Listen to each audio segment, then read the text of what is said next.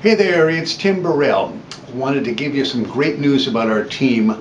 Ron LeGrand is a national trainer, teaches investors all sorts of things, been doing it for more than a quarter of a century. And he's selected me and my team to lead a bus tour this coming Friday. This is on the 10th, and we are going to take busloads of investors and show them several properties in the Triangle. And I think it's quite an honor that he selected our group as being the best realtors he could find in the local area. So if you happen to see oodles of realtors and oodles of investors descending upon one of your neighbor's houses, that's me and the troops. Talking about all sorts of exciting things happening, the market is continuing to be very entertaining. The number of showings, the number of people looking at properties is continuing to go up. It's up by 10% compared to last year. If you want to compare it to the previous month, it's up by 8%.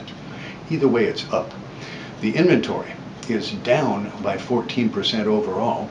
The builders are doing a great job. They're building like crazy. The new home inventory is up by 22%, but that's offset by the resale inventory, which is down by 24%. So overall, we're down by 14% number of properties. So more people looking, less properties to look at.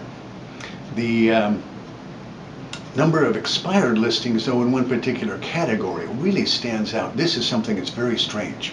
If you have an average price of around $500,000, in other words, you're more into the luxury market, we have 27% of those properties completely fail to sell.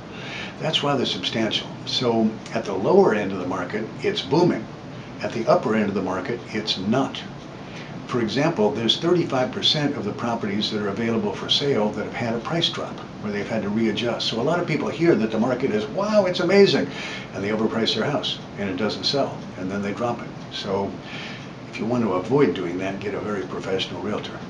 The number of properties that have gone pending, in other words, gone under contract, is up by 11% compared to last year, and it's up by 9% compared to last month. So either way, it's up by a good chunk, about 10%. The number of closed properties is up by 15% compared to last year, and it's up by 9% compared to last month. So we're selling more properties and continuing to sell more properties. Here's some really interesting numbers. If you take the number of properties that went on the market and went under contract in the same month, 63%, a little less than 2/3. If you take the number of properties that closed this last month that were under 30 days on the market, that's 69%, a little more than 2/3. And one of the more interesting statistics is 29%, a little less than 1/3, of the properties that actually sold in the last month sold over the asking price. So if you get into a situation where there's multiple offers, you're going to be going over the asking price. We thought that the days on the market had bottomed out, that they couldn't get any shorter on an average.